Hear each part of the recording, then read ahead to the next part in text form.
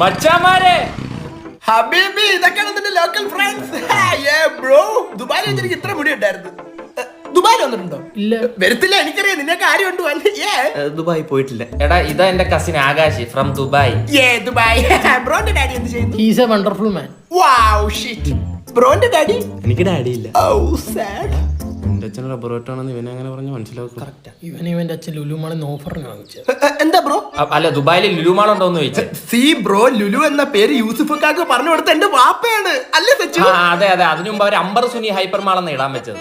എങ്കിൽ വാ, നമുക്കൊരു ചായ മടേ തള്ളാം. സി, ഇവിടെ ഒട്ടകപ്പാലി കിട്ടും. അവനെങ്കിൽ പിറകോട്ട് വിളി, പിന്നെ കൊടുക്കാം. എന്താ ബ്രോ? അല്ലല്ലേ, നമ്മുടെ ഇവിടെ സർക്കസിനൊക്കെ ഒട്ടകത്തെ കൊണ്ടുവരാറുള്ളൂ. സി, എനിക്ക് ഒട്ടകപ്പാലില്ലാതെ പറ്റില്ല. എന്നാ നമുക്ക് ഷേക്ക് കുടിക്കാൻ. ഓ, ഷേക്കിന്റെ കാര്യം പറഞ്ഞപ്പോഴാ സി സച്ചു, അടുത്ത തവണ വരുമ്പോ ദുബായിലെ ഷേക്ക് ആയിരിക്കും എന്റെ അച്ഛൻ. നിന്റെ അച്ഛൻ മുരളി. ഓ, മുരളി ഷേക്ക്.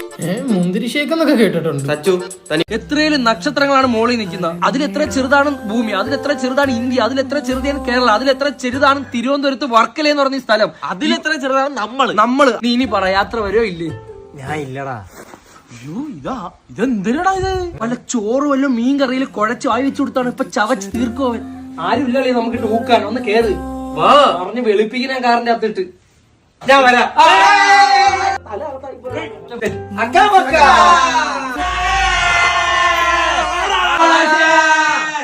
വാപ്പ വിടുന്നില്ല കേട്ടോ. ശരി, ബൈ, നിങ്ങൾ പോട്ടോ.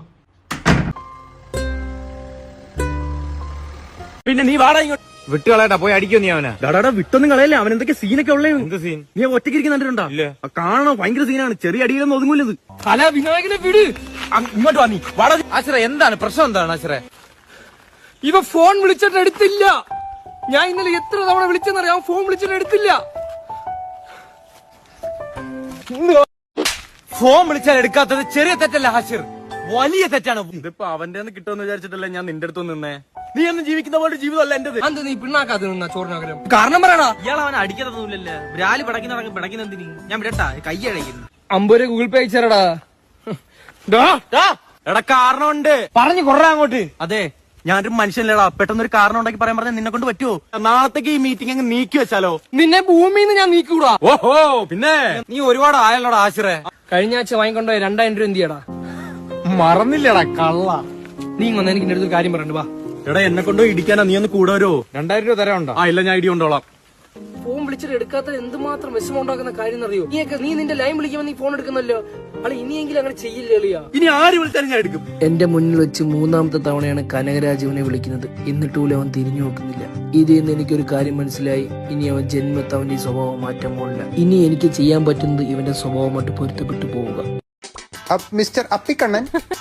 എന്റെ പൊന്നു സാറേ, അപ്പിക്കണ്ണനല്ല, AP കണ്ണൻ. ഓ സോറി. അപ്പൊ വൈവ സ്റ്റാർട്ട് ചെയ്താലോ? ഒരു കണ്ടക്ടറിനെ കിട്ടിയാൽ നിങ്ങൾ എന്ത് ചെയ്യും? മണിക്കുട്ടി ബസ്സിലെ കണ്ടക്ടറിനെ എടുത്തിട്ട് അടിക്കും. ഇന്നലെ എനിക്ക് ഗസ്റ്റ് തന്നില്ല. ചോദിച്ചോ പറയാ, മുതുക്കന്മാർ ഗസ്റ്റ് കൊടുക്കത്തില്ലെന്ന്. അതൊരു പോയിന്റ് ആണ് കേട്ടോ. അടുത്ത ക്വസ്റ്റ്യൻ, സ്റ്റെപ്പ് അപ്പ് ട്രാൻസ്ഫോമർ എന്തിനാണ് ഉപയോഗിക്കുന്നത്? സ്റ്റെപ്പ് കയറാൻ. അപ്പൊ സ്റ്റെപ്പ് ഡൗൺ ട്രാൻസ്ഫോമർ, സ്റ്റെപ്പ് ഇറങ്ങാൻ. എന്നാ പിന്നെ ലിഫ്റ്റിൽ പോയാൽ പോരെ? മതി, എനിക്ക് നിർബന്ധമൊന്നുമില്ല. ലോജിക്. ഒരു ഫ്യൂസ് ഊരിയാൽ എന്ത് സംഭവിക്കും? ഫ്യൂസ് കയ്യിലിരിക്കും.